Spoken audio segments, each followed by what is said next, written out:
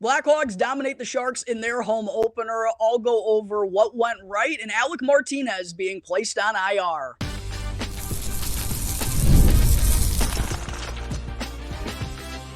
You're Locked On Blackhawks, your daily podcast on the Chicago Blackhawks, part of the Locked On Podcast Network, your team every day.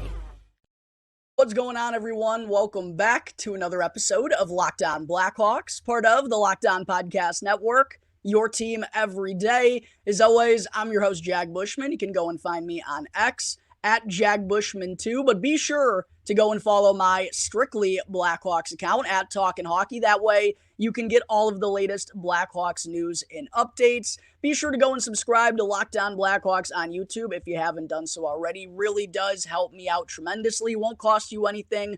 100% free. I'm on the climb to 2,000 subscribers, so would be much appreciated. And last but certainly not least, got to let you all know, today's episode is sponsored by FanDuel. If you're not already a member, go and visit FanDuel.com, and when you put $5 down, you'll get awarded $200 worth of bonus bets guaranteed with America's #1 sportsbook. All right, good morning, everyone. Again, thank you all for joining me on another episode of Locked On Blackhawks, your one-stop shop for all things Chicago Blackhawks. Hope everyone's weekend is off to a lovely start. I know the vibes are high for yours truly over here with the weekend rolling in as the Blackhawks take care of business with their most dominant performance of the year, handily defeating the San Jose Sharks 4-2 in their home opener at the United Center. And I was fortunate enough to be in attendance, had some rather nice seats as I shared on social media, and yeah, just had as much fun at a Blackhawks game as I can remember, and that's because it was just such a dominant performance from the Blackhawks and against a team like the San Jose Sharks. Calling a spade here, as I did in my preview episode that I dropped on Thursday morning, just looking at that Sharks roster, especially when they don't have #1 overall pick Macklin Celebrini, right? It reminds me a lot of what we saw the Blackhawks put out on the ice during Connor Bedard's rookie season. And after the Blackhawks brought in all these veteran additions this year, wanted to be more competitive, they wanted to get out of the bottom feeder stage of the NHL standings, and for them to absolutely manhandle the San Jose Sharks from start to finish, I mean, it felt like the Sharks never were really even threatening them. They only had 10 shots on goal through the opening 40 minutes. They were taking penalty after penalty. Blackhawks had 7 power plays in this one. San Jose only wound up with 22 shots on net total. The Blackhawks pitched a blank sheet on the penalty kill. It was fantastic. I mean, and it was the performance you wanted to see against one of the worst teams in the NHL, because we want to see the Blackhawks take that next step. And had this had been, a neck-and-neck game that had gone down to the wire, and I mean, it was still 4-2 with the dwindling minutes out there, San Jose with the extra attacker to make it 6-on-5. But even then, it felt like they didn't get too many high danger chances off on the Blackhawks. It was just a lot of fun watching the Blackhawks. I don't want to say cruise to a victory, but they kind of did. They got off to a hot start early and just kind of rolled that momentum over the rest of the way. It was a lot of fun to watch this Blackhawks team. Some of the most fun I've had watching the Blackhawks since I can remember. As far as what went right for the Blackhawks in this game, it was just their dominant players took over the game, and that's what you want to see against an inferior squad like the Sharks. On the power play, when your star players like a Connor Bedard or like a Teuvo Teravainen get an opportunity with an extra man, you want to see them take over, and that's what they did. Teuvo Teravainen with 2 assists, both of them primary. Connor Bedard added 2 assists as well. Nick Foligno with a power play goal, his 3rd tally of the year. Taylor Hall with his 1st goal of the season. I love to see the emotion that he showed following that goal, his first since returning from the torn ACL that cost him a majority of last year. So you could tell it was very meaningful to him, and he was super pumped up to find the back of the net for the first time this year. Tyler Bertuzzi also cashed in for his 1st goal as a member of the Blackhawks. Teuvo Teravainen with a sweet dish on that one. And then we also got to see Jason Dickinson, the certified goal scorer, baby. Remember him? Joey Anderson with a sweet dish to find him short side. Great secondary scoring from the Blackhawks. Their big guns played the way you wanted them to, and Connor Bedard and Teuvo Teravainen. Seth Jones didn't get on the board in terms of the stat sheet, but he did have 5 shots on net, and I love to see him wanting to shoot the puck, particularly when the Blackhawks have a man advantage. And it just felt like the Blackhawks never let off the gas. They got a goal early on in the third period to extend their lead to 3 goals. That gave them some nice insurance the rest of the way. After they were up 2-0, following the opening 20 minutes, they struck for their second power play of the game early on in the second to make it 3-0. So I love the compete from start to finish. I love the best players playing like the best players, dominating an inferior team, and all of the offensive zone time that the Blackhawks had. Again, they held San Jose to only 22 shots on goal. 12 of those came in the third period with some desperation from the Sharks. Only 10 shots on net in the opening 40 minutes for San Jose. As complete of a performance as I've seen from the Blackhawks in a long, long time. And yeah, it was a lot of fun, baby. Hopefully they'll be able to kind of snowball that momentum over to tonight's matchup with the Buffalo Sabres, who are 1-4-1 through their first 6 games of the 2024-25 regular season, while our Blackhawks 2-2-1 through 5 games. Boy, would it be nice to see them get over 500 here this evening. But there are my quick thoughts from the Blackhawks. Dominant home opener win over the San Jose Sharks. Going to take a quick break here, Blackhawks fans, but when I return, I'll take a look back at my 3 keys to victory, and we'll discuss Alec Martinez being placed on injured reserve. But first, I do got to talk to you all about a fairly new sponsor here with the Locked On Podcast Network, which is Prize Picks. Prize Picks is America's #1 daily fantasy sports app with over 5 million active members. And Prize Picks is both the easiest and the most exciting way to play daily fantasy sports right now. All you got to do is pick more or less on 2 to 6 player stat projections and watch the winnings roll in. And one thing that I also love about Prize Picks is that it's legitimately the only real daily fantasy platform that offers an injury insurance policy, which I'm sure for my folks out there who like placing some stuff down, an injury can be really frustrating. But Prize Picks doesn't let that happen. They still offer an injury insurance policy so that your lineups stay in play even if one player goes down or gets injured. So be sure to go and download the Prize Picks app today and use the promo code LOCKEDONNHL in all caps, and you'll get $50 instantly when you play $5. Again, that's promo code LOCKEDONNHL in all caps with the Prize Picks app. When you download and put $5 down, they'll give you $50 instantly. Prize Picks, run your game. Back here on the Locked On Blackhawks podcast, part of the Locked On Podcast Network, your team every day. Just wanted to say thank you to everyone for making Locked On Blackhawks your very first listen. Here to start off your day. Now for your second listen of the weekend, I should say. Make sure to go and check out the Locked On NHL podcast to keep up with what's been going down with the other 31 teams in the NHL, providing national expertise but with a local perspective. And you can easily find the link to Locked On NHL down in the description of this video, or you can simply search on YouTube or wherever you may be listening to your podcast. Part of the Locked On Podcast Network, your team every day. Segment 2, taking a look back at my 3 keys to victory that I laid out for the Blackhawks in my preview of their home opener against the San Jose Sharks. My first key to victory, as I'm sure some of you may remember, was for the Blackhawks to get off to a blistering fast start and to get that raucous United Center crowd into it early. And the first period,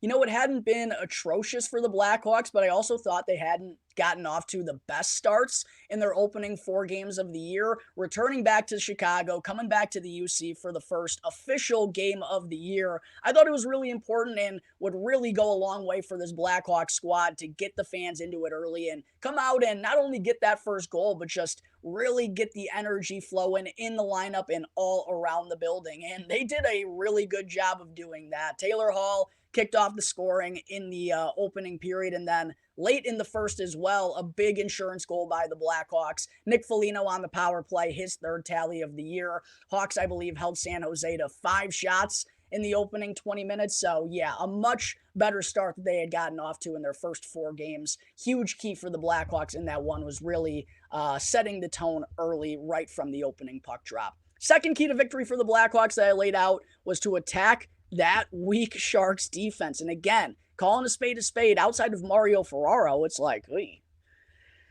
I don't know how you could call this an NHL blue line. Jan Ruta playing big minutes, probably not a recipe for success. And San Jose was in penalty trouble this entire game because they just couldn't handle the Blackhawks' pressure and their offensive zone cycles. I mean, they were taking penalty after penalty after penalty. They couldn't do themselves any favors. And then the Blackhawks also converted on those opportunities. So they sure took it to the Sharks defense. I thought they were really good along the boards in particular. I had a pretty good view of some battles going on along the boards, and it felt like that's where the Blackhawks drew 2 or 3 of their penalties. So yeah, certainly did a good job of attacking the Sharks defense in this one. And then my third and final key was for Connor Bedard to be the best player on the ice. Well, he was certainly one of the 2 best players on the ice. The only player who might have been better than him in the home opener was Teuvo Teravainen, as I referenced. 2 primary assists. Both of them were just unbelievable dishes. And we're seeing what a difference Teuvo Teravainen makes on the top line and on the Blackhawks power play unit, right? Like, Philip Kurashev did a lot of good work there last year, but to get better, we had to give Connor Bedard more talent than that. And Teuvo Teravainen clearly is just at a little bit of a different level than Kurashev and what the Blackhawks have on the rest of their roster. That pass to set up Nick Foligno for the power play goal to put the Blackhawks ahead 2-0. First off, beautiful feed by Connor Bedard. No look, cross crease feed. That's going to give penalty killers nightmares. And this is what happens when you have to respect the shot of Connor Bedard at the left side or the shot of Teuvo Teravainen's at the right. And then you add Seth Jones wanting to shoot the puck at the blue line, and penalty killers don't know what to do. And that allows Connor Bedard to go dot to dot to find Teuvo Teravainen. And he makes a beautiful one-touch feed that, like, Nick Foligno almost wasn't even ready for in front of the crease. Yawning cage in front of him, immediately points to Teuvo Teravainen, and then Teuvo also had a sweet dish to Tyler Bertuzzi as well. But outside of Teuvo Teravainen, Connor Bedard was the best player on the ice for both sides. Got off to an unbelievable start. I posted his analytics from the first period, and he really just carried that over the rest of the way. Anytime he was out there on the ice, he was doing good things. Love to see him find ways to produce on the power play. Huge performance from Connor Bedard and also Teravainen, their other big gun on the top line. Before I get into segment 3, I do want to be sure to mention that for the first time, the parlay hit. The Locked On Blackhawks parlay cashed. Not without a little bit of a sweat, though. I thought it was going to be easy. It was Blackhawks money line, which they kind of cruised to, along with Connor Bedard over three or more shots on goal, I should say. And he had 2 going into that final period. And it's like, oh boy, the Blackhawks might be playing on the defensive here a little bit in this third period. Sharks might come with some desperation. Bedard found a way to cash it, though. Hit 3 on the dot, the plus 122 parlay.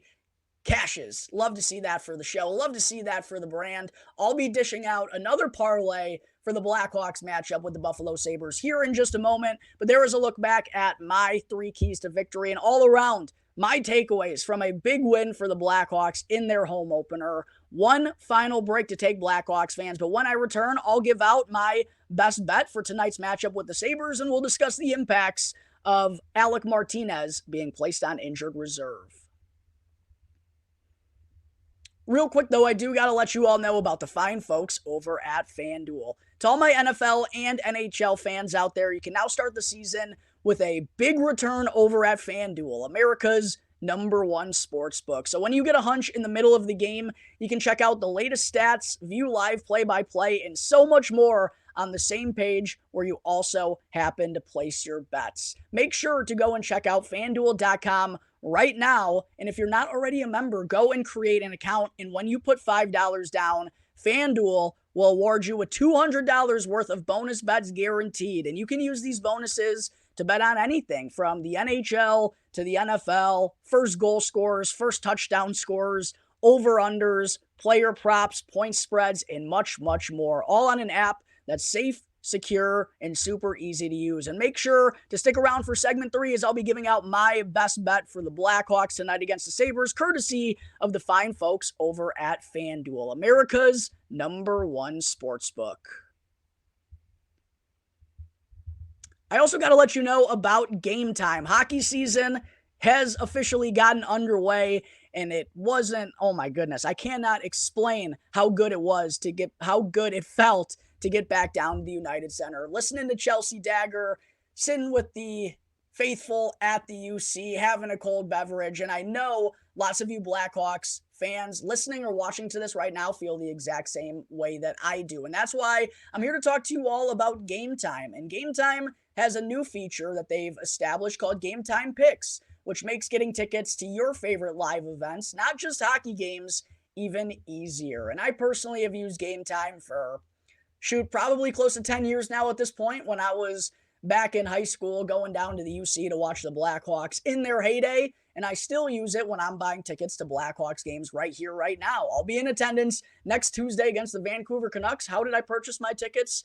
Through Game Time. It's the fastest, cheapest, and easiest way for you to purchase your tickets. Plus, I love how they provide views from every seat in the building so you know what to expect before you arrive and before you make your purchase. I highly recommend you all go and download the Game Time app, and when you do, create an account and use the promo code LOCKEDONNHL in all caps to get $20 off with your first purchase. You can get $20 off to come see Connor Bedard at the United Center. All you got to do, download Game Time, create an account, and use the promo code LOCKEDONNHL in all caps. Last minute tickets, lowest price guaranteed. Game Time. Segment 3, when the Blackhawks hit the ice for their morning skate on Thursday morning, ahead of their home opener against the San Jose Sharks, Alec Martinez was not out there with the rest of the team, and there was kind of this limbo status of his for about an hour or two. And then once the Blackhawks completed their morning skate, head coach Luke Richardson spoke with the media and officially announced, or after he spoke with the media, he said that Martinez was going to undergo some further testing. And shortly after that is when the Blackhawks officially announced that Alec Martinez has been placed on injured reserve with a right groin injury, which is certainly not the news we wanted to hear from someone who's played a big part of the top pairing success along with Seth Jones. Also, just bringing in a guy like Alec Martinez, as I've described on the podcast, just allows the Blackhawks to sort out their depth a little bit more. They have more experienced players in top 4 roles, and it allows Alex Vlasic to slide down the lineup. It allows Connor Murphy to slide down the lineup, and it just makes the Blackhawks D unit much better as a whole. Alec Martinez, obviously a really well-known shot blocker, really good penalty killer too. So this hurts the Blackhawks in a multitude of ways. And to see him be placed on injured reserve this early in the year, plus after, this wasn't like the first injury sign we got from Martinez. He had not been out there for some practices during training camp. He had multiple maintenance days. And even just kind of watching him on the ice, it's pretty clear that he doesn't have that gear like he used to. It's a little bit of a tough sledding out there for Alec Martinez in terms of getting around, but he does still absolutely provide value in the defensive zone for this Blackhawks team. And without him, the Blackhawks had to recall Isaak Phillips from the Rockford IceHogs of the AHL. It also led to Nolan Allen getting back into the lineup for the Blackhawks against the Sharks. Both of those things were what I called for on Wednesday's episode when I kind of outlined some potential lineup and or roster changes that could be coming during this homestand. But of course, that's not how I wanted it to happen. But now Isaak Phillips back up at the NHL level. He served as the 7th defenseman in the home opener. I would expect that to probably be the case here again tonight after a pretty solid defensive performance by the Blackhawks. Nolan Allen, by the way, I thought was really sharp with Connor Murphy in his second game, his first since the opening game of the season. Looked like he didn't skip a beat, so I would love to see him back in there. And I thought Wyatt Kaiser had a really solid night as well, so probably expect the Blackhawks to roll with the same 6 here tonight against the Sabres. Hopefully we'll get some update on Alec Martinez sooner rather than later, but it does force the Blackhawks to now have both Allen and Kaiser in the lineup. Both of those youngsters now have to play with Martinez out. I also wanted to be sure to mention that Lukas Reichel did make his season debut finally for the Blackhawks in their home opener. However, he was not only placed on the Blackhawks' fourth line, he was centering it, a position where he hasn't had much success at the NHL level. And his two wingers for the game were Pat Maroon and Craig Smith. Andreas Athanasiou was the one who jumped out of the lineup for Reichel, and Ryan Donato, healthy scratch for a second consecutive game, which I just don't understand. I mean, Ryan Donato's been pretty good, even going back to the preseason. I thought he was one of the Blackhawks' better players, so I don't really understand giving Reichel two grinders next to him down on the fourth line, and he wasn't on the Blackhawks' second power play unit, which I can understand that, maybe a little bit more than the fourth line kind of stuff, but still, Pat Maroon, Craig Smith, Alex Vlasic out there on the second power play unit. These are not power play guys. And I had people saying on Twitter to me when I kind of shared my opinion on this situation for Reichel, I had people saying, well, no free handouts. Reichel has to earn everything that he's given. And I understand that, and I do believe that to be true. And I'll be the first to say Lukas Reichel didn't have a good enough preseason. Lukas Reichel was not good whatsoever last year, and he's been very disappointing. And I certainly am more concerned about him and just his NHL future than I was 1 year ago from right now. I still don't think they're using him in the right way, and we saw what happens when you use Lukas Reichel like this on a fourth-line role last year. It led to absolutely nothing. And there are some people out there who want to see Reichel get more physical and play a fourth-line type of style. I personally just don't ever think that's going to be his bread and butter, and I think asking him to do that when that's not his game, it's a little bit whack, and we've seen this happen with multiple players in the Blackhawks system over the last few years. So I just personally don't agree with the way that they're handling Reichel, especially when, listen, it would be different if this was a Blackhawks team contending for a playoff spot, right? And you had to put your best lineup out there every night to win games. And I think this is kind of where Luke Richardson gets put in between a rock and a hard place, because even though this is a rebuilding team, his job is to put the best lineup out there to win games every single night. And I understand that scratching Lukas Reichel, that might have to happen from time to time. But to scratch him for 4 consecutive games to start off the year when he is a former first-round pick who just turned 22 years old this past summer, right? Like, you have to still have a balance in the organization in terms of, yeah, we want to take that next step, but it still really should be about the prospects, because quite honestly, there's only 3 to 4 puzzle pieces on this active roster right here, right now, who still have a chance of being around when the Blackhawks are going to be good again. So that's why I'm a little bit frustrated with the Lukas Reichel situation. And listen, if you're someone who feels like, Lukas Reichel is getting a fair chance here by Luke Richardson, then that's your opinion. I just personally feel differently about the matter. And at the least, I think Lukas Reichel is going to get the go here again tonight. Let me see. Actually, as I'm recording this, Ben Pope of the Chicago Sun-Times just tweeted out the projected lineup, so I can give you the official confirmation right here live on Locked On Blackhawks. Lukas Reichel is going to be playing on the fourth line tonight. And as I mentioned a moment ago about the Blackhawks defense, it is going to be the same 6 against the Buffalo Sabres. Isaak Phillips is the healthy scratch. Lukas Reichel is going to be in the lineup again tonight on the fourth line. Andreas Athanasiou is playing center, though, with Craig Smith on the right side. Pat Maroon and Ryan Donato are the 2 healthy scratches. I like that better than Reichel, Maroon, and Craig Smith. That just doesn't make any sense to me whatsoever. At least Athanasiou is a guy who, A, can play with speed, and B, Reichel has some previous chemistry with him. And I feel like those two just have a way better chance of meshing better than Reichel, Smith, and Maroon ever did. However, I don't really love that Ryan Donato scratched for a 3rd consecutive game. What is Craig Smith providing? Really, he's been fine. And listen, Pat Maroon's been good too. But my thing is, we don't need to play them every single game. We don't need to. We have nothing tied on to them. Lukas Reichel, listen, he might not be. I certainly have my concerns that he's going to be a bust, but we still don't know. He's only 22 years old. I just think that should kind of take a little bit more of a priority than giving Pat Maroon another opportunity because he had a good last game. Listen, Pat, you're going to get your opportunities. Craig, you're going to get your opportunities.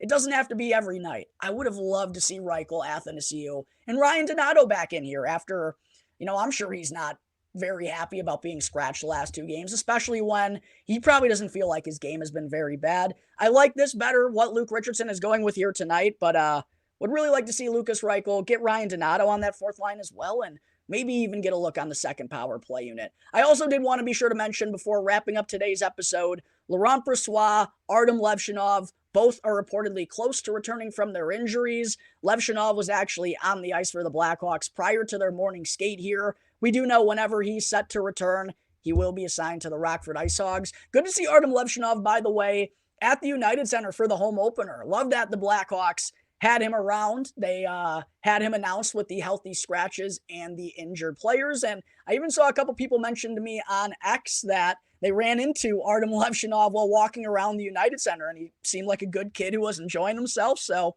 love to hear all those things from Levshunov. Love that move by the Blackhawks to get the number 2 overall pick in this past year's draft. A little bit of a introduction to the UC faithful. Got a good round of applause, which you'll love to see. As far as Laurent Brossoit's injury status, they are both actually supposed to have doctor's appointments coming up either this weekend or Monday. That'll give us a little bit of a better picture of their timetable. But with Brossoit still not practicing, looks like not only is Soderblom going to have to be the backup here tonight, he might also have to be the backup on Tuesday against the Vancouver Canucks as well. Next weekend, when the Blackhawks on Friday play the Nashville Predators, that seems like it would be kind of a good target date for Laurent Brossoit possibly to dress as the backup or maybe get his first game as a starter for the Blackhawks. But again, we'll probably have more of a timetable after his doctor's appointment here in the next couple of days. But that's going to wrap up today's episode of Locked On Blackhawks. Got caught in between. That's going to wrap up, and that's going to take care of. Anyways, thank you all again for joining me on another episode of Locked On Blackhawks. As always, make sure to go and follow Locked On Blackhawks for free wherever you may be listening to your podcasts. Subscribe to Locked On Blackhawks on YouTube as well, even if you're someone who regularly listens through an audio platform. It's 100% free and really does help me out tremendously as I'm on the climb to 2,000 subscribers. If you want to check out my personal on X, you can find me at Jack Bushman 2 for my strictly Blackhawks account. Go and follow at Talkin' Hockey. So until the next episode, everyone, enjoy the rest of your weekends. Mailbag Monday right around the corner. Go and drop your Mailbag Monday question down in the comment section. Until then, everyone enjoy your weekends. I'll see you next time on the next episode. What is this? What is StreamYard doing to me to confuse me? Oh my gosh. I'll see you next time on Locked On Blackhawks, folks. Part of the Locked On Podcast Network, your team every day.